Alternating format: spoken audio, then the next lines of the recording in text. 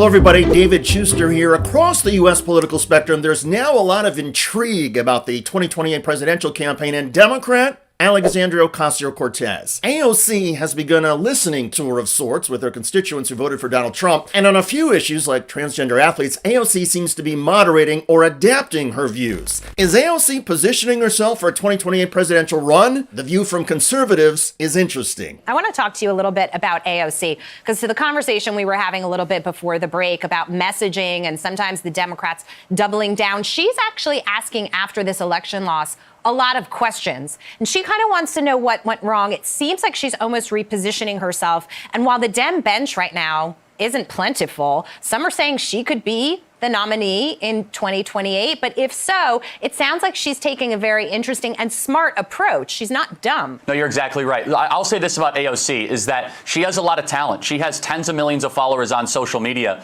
and she is someone that needs to be taken seriously. If she were to run for the presidency within the Democrat Party initially, she would be formidable. And, you know, we as Republicans, we can laugh and we can try to make fun of her, but she understands where the energy of the Democrat base actually is, which is a progressive energy. Now, good luck winning in Ohio or Michigan or Wisconsin or Pennsylvania and any of these Rust Belt states with that sort of radical left-wing perspective. The ridiculous labels, of course, never seem to end. And as Bernie Sanders proved in 2016 and 2020, progressive populism can actually do well in the Midwest and Rust Belt states. Most voters there believe the system is rigged for rich people and powerful corporations. And messages about closing the wealth inequality gap, moving towards Medicare for all and making college more affordable, those campaign issues actually resonate.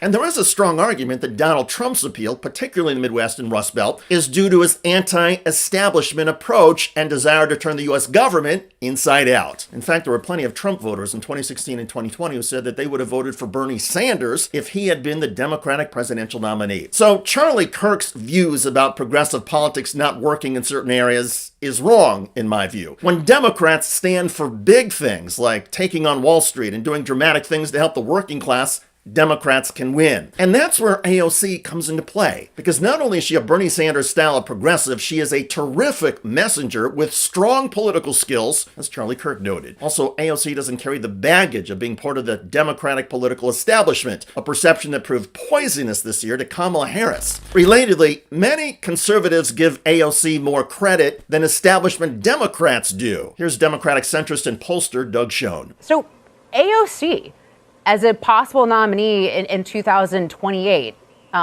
what do you make of that? Is that a possibility? What does that mean for your party? No, I honestly, Lisa, don't think it's a possibility. And if she runs, it'll be a disaster. We lost a couple of members of the squad, fortunately, in primaries this year. Most Democrats don't want extreme left-wing politics.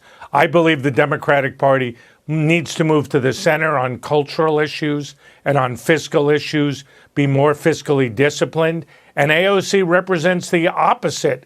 And I think if she runs, it would be a disaster for the party. And I think her chance of getting nominated would be nil. It would be nil? That could be wishful thinking on Schoen's part, or it could be an understanding of how deeply entrenched the establishment is in the Democratic Party. Remember, in 2020 Democratic presidential primary contests, after Bernie Sanders won the first two, Iowa and New Hampshire, the Democratic establishment got terrified, pulled together, and convinced all of Sanders' rivals, except for Joe Biden, to drop out before South Carolina. The party establishment then unified behind Biden and stopped Sanders from winning the nomination, even though the energy in the Democratic Party, of course, was with Bernie Sanders. So history shows that a progressive Democrat with big ideas scares the daylights out of establishment Democrats. However, as conservatives seem to appreciate, inspiring your party base and driving up their enthusiasm is crucial. And that's where AOC is getting a lot of praise, at least from conservatives. Just a word of warning to the Republicans, to my party.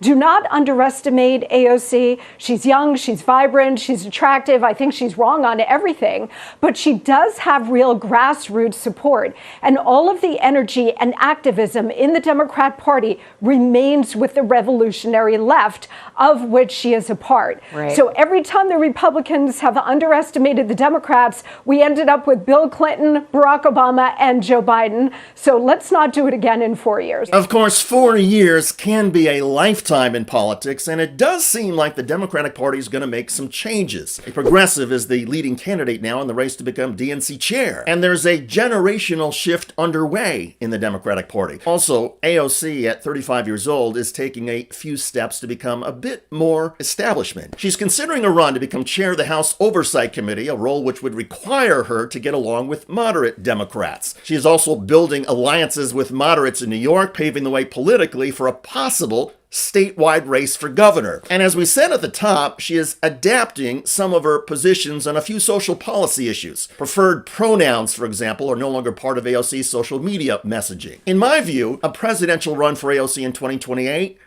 would be tough. She does not have the national fundraising networks and donors like California Governor Gavin Newsom and Pennsylvania Governor Josh Shapiro, who are the potential Democratic frontrunners. And the Democratic Party establishment is still a threat to progressives.